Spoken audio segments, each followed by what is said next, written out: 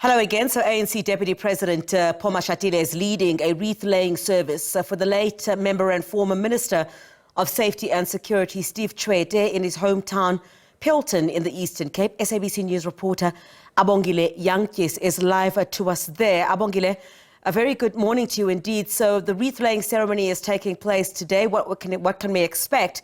But of course, to look back to the roles that Steve Tshwete played in the ANC and of course towards South Africa's own liberation. A very good morning to you too, Griselda, and to the viewers at home. Well, indeed, the Deputy President of the ANC, Paul Mashatile, has arrived here at Peelton, where he is expected to lead that wreath-laying ceremony for the late former minister, Steve Tshwete. Well, I can tell you that if my colleague Vuyo Funande could pan to the side so that he can show you that the ceremony has just begun, and he is sitting alongside the Premier and ANC chairperson here in the province. If you can also see Umama Upem Tshwete, the widow of the late Steve Tshwete. Well, we shall show you more as this day unfolds, Griselda, but yes, he is here. Let's bring in the son of Steve Tshwete, Mayihlome Tshwete. Thanks a lot for your time, sir. As we can see that the ceremony is happening, the Deputy President of the ANC is here. Take us through the legacy that your father left for South Africa. My father left a legacy of public service in the true sense of putting the community, putting the people first, and his love for the people was the most defining factor about him.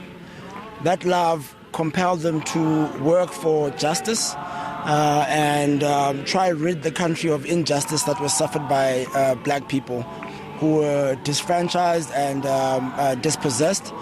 And his legacy is one of activism and fighting for those people who did not have a voice. I believe that's what my father's legacy is.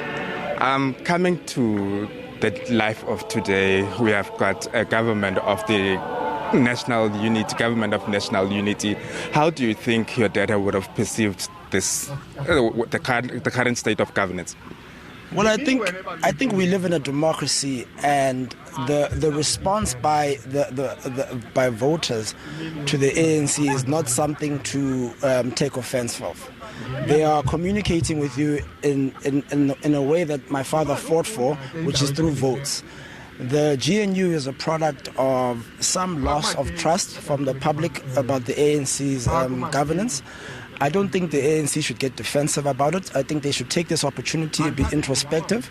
I think that's what my father would have done. He was an honest man, and the ANC should be honest with itself and say there's certain things we have done wrong, and we find ourselves in the GNU. We have an opportunity to still govern and try to create the best of the situation, and I think they should take advantage of that. The issue of the people voting the way they did is about material conditions. People are unemployed.